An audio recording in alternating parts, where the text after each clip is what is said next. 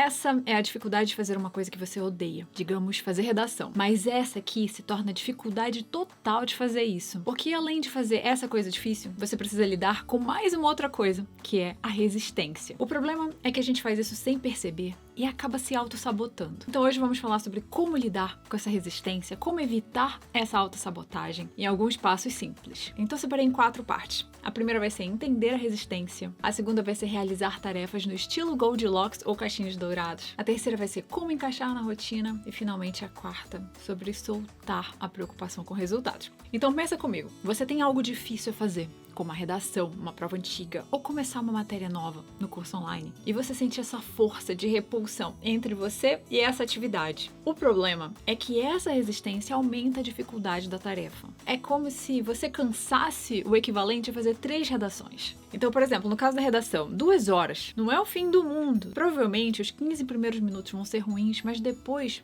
pode ser até agradável. Agora, resistir a redação, ficar pensando nisso, é um sofrimento que se alonga demais e exaure suas energias. Porque, como você sabe, lidar com pensamentos também cansa e esse cansaço psicológico também derruba. Então a primeira coisa é ver que existem essas duas coisas separadas, a atividade e os pensamentos sobre a atividade, ou a resistência. Então tudo começa com entender a resistência, como ela aparece para você. Então tem vários extremos. Eu tinha colegas no ITA que aprendiam as questões mais difíceis de matemática e física, mas enrolavam para estudar química ou enrolavam para fazer redação. Por outro lado, no Enem, você pode estudar muito bem humanas, linguagens, biologia, mas resistir tanto a estudar física e química, por exemplo, ou a fazer redação. Então, qual é a sua resistência? Como ela aparece para você? Que o primeiro passo é entender. E o segundo ponto é entender como lidar com essa atividade. E aí eu peguei o exemplo da caixinhos dourados, ou Goldilocks. Por quê? Porque ela vai lá na casa do urso e acha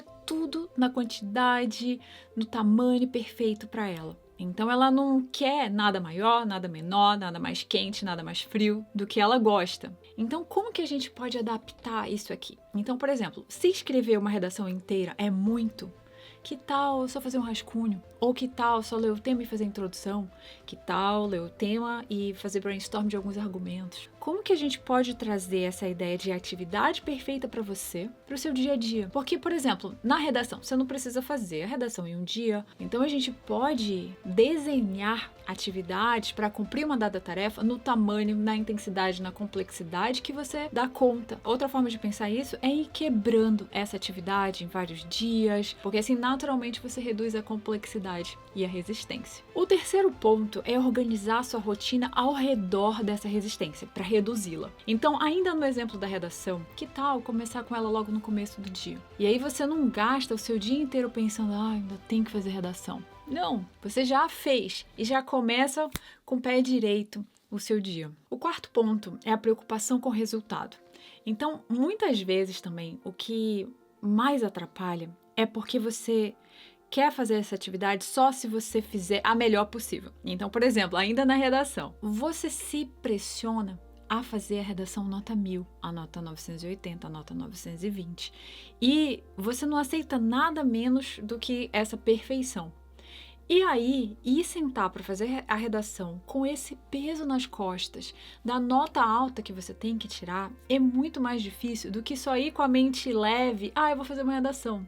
Então, ou seja, reduzir as expectativas é uma coisa que pode ajudar muito. Então, ou seja, em vez de a gente fazer a atividade com foco no resultado, a ideia é fazer a atividade com foco no processo, com foco na ação, sem esperar grandes coisas. Então, você vai lá fazer uma redação, que pode ser nota 600, pode ser nota 800, pode ser mais, pode ser menos, mas você vai lá escrever um pouquinho, depois analisar se escreveu bem, melhorar com isso. Então, sem esse peso. E esse peso, muitas vezes, é o que mais faz surgir essa sensação de resistência. Assim, eu falo, é opinião própria. Quando eu venho gravar um vídeo aqui, esse vídeo tem que ser muito bom, porque, sabe, eu tenho que ter muitas visualizações e muitas pessoas têm que ver, e aí muitas pessoas vão se inscrever. Quando eu venho assim, pode dizer que o vídeo vai ser horrível, eu não vou querer fazer, vai ser pesado e tenso, gravar vai ser tenso, editar vai ser tenso, tudo vai ser ruim, porque tem muita expectativa, muito peso e aí vai dar muita resistência. Já Se eu vier aqui como hoje, eu vou gravar, vou falar sobre isso, tomara que eu faça bem, se não fizer tudo bem, mas eu vou lá fazer a minha parte contando um pouco sobre como é a resistência, como isso aparece, como lidar com isso e pronto, sem apego ao resultado. Se alguém vai assistir, ótimo, obrigada se você está assistindo, mas se não, tudo bem também, não é o fim do mundo. Então, não é o fim do mundo se você for lá e fizer uma redação 700, fizer um simulado e errar metade. Então, a gente tem que aprender a tirar esse peso, toda hora tirar esse peso que aparece e atrapalha tanto. Porque aí, justamente, você vai cansar menos, porque você só tem a dificuldade da tarefa, não a dificuldade de lidar com esses pensamentos, de lidar com essa procrastinação e essa ação de evitar a todo custo essa atividade. E justamente o outro ponto é que quando você age sem esse apego, você consegue ter mais atenção na atividade, mais foco, e você se abala menos emocionalmente com dificuldades que podem surgir. E é muito natural. Nos estudos toda hora tem alguma dificuldade, uma coisa que você não sabe, uma questão que você erra, ou, sabe, a redação é um tema mais difícil. Toda hora vai ter alguma coisa difícil. Mas quando você não tem essa expectativa de fazer a melhor redação do planeta, ou tirar a maior nota no simulado, quando você solta isso, você vai lá e se entrega para a atividade que você tem que fazer. Para a questão, para a redação, ou para outra atividade, para sua entrevista de emprego, para o que quer que seja. Então é isso, minha gente. O mais difícil é esse último ponto, pelo menos para mim, é soltar a expectativa. Porque, assim, hoje deu certo de eu fazer um vídeo sem nenhuma expectativa, mas muitas vezes não dá certo. Mas é uma coisa que eu tenho trabalhado a cada ano. Eu acredito que eu vou melhorando nessa questão da expectativa e em vários outros aspectos do trabalho. Às vezes, sabe, é muito pesado a gente guardar sempre essa expectativa de fazer a melhor ação possível, de ter o melhor resultado possível. Não é uma vida muito legal de viver. Às vezes, é melhor soltar essa expectativa, quase sempre é melhor soltar essa expectativa e só viver o momento presente, a questão presente, a redação presente, a atividade presente. E se você precisar melhorar alguma coisa, se melhora, aprende, mas sem esse peso. E assim, na prática, o que vai acontecer? Você se concentra melhor e gasta menos energia.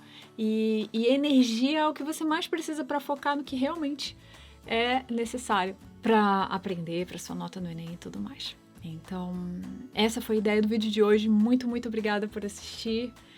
E continue sempre indo atrás dos seus sonhos, porque o mundo precisa da habilidade que só você tem.